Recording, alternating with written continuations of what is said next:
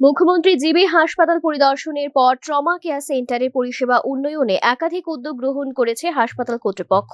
তারই অঙ্গ হিসেবে ট্রমা কেয়ার সেন্টারে যুক্ত করা হয়েছে নতুন একটি পরিষেবা, যা জরুরি অবস্থায় আসা রোগীদের চিকিৎসা আরও সহজ ও দ্রুত করতে সহায়ক হবে।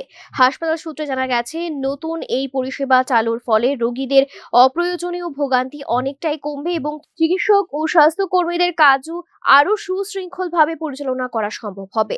জরুরি বিভাগে চিকিৎসা ব্যবস্থাকে আধুনিক ও আরও কার্যকর করে তুলতেই এই উদ্যোগ নেওয়া হয়েছে। মুখ্যমন্ত্রী, যিনি আমাদের স্বাস্থ্য দপ্তরের ভারপ্রাপ্ত মন্ত্রীও, উনি এসেছিলেন এবং হঠাৎ করেই উনি এসেছিলেন, বিভিন্ন পরিষেবা খতিয়ে দেখেছেন।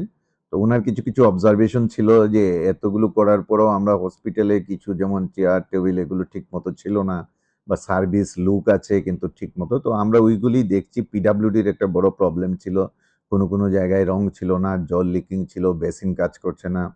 তো এগুলি আমরা আবার কালকে স্যার একবার ভিজিট করে যখন মুখ্যমন্ত্রী মহোদয় দেখিয়ে গেছেন, তারপর আমরা আবার এক্সিকিউটিভ ইঞ্জিনিয়ার, পিডাব্লিউডি মেডিকেল ডিভিশনের এবং অন্যান্য এসডিও যারা আছেন, ওদেরকে নিয়ে আবার ভিজিট করেছি।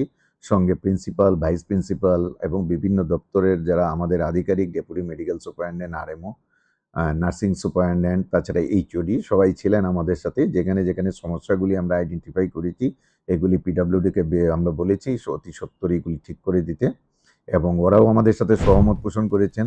তো হাসপাতাল কর্তৃপক্ষের আশা, ভবিষ্যতেও পর্যায়ক্রমে আরও নতুন পরিষেবা চালু করে রোগীদের উন্নত চিকিৎসা নিশ্চিত করা হবে। মুখ্যমন্ত্রীর নির্দেশনা অনুযায়ী সরকারি হাসপাতালগুলিতে স্বাস্থ্য পরিষেবার মানোন্নয়নে কাজ অব্যাহত থাকবে বলে জানানো হয়েছে। Bureau report, news now.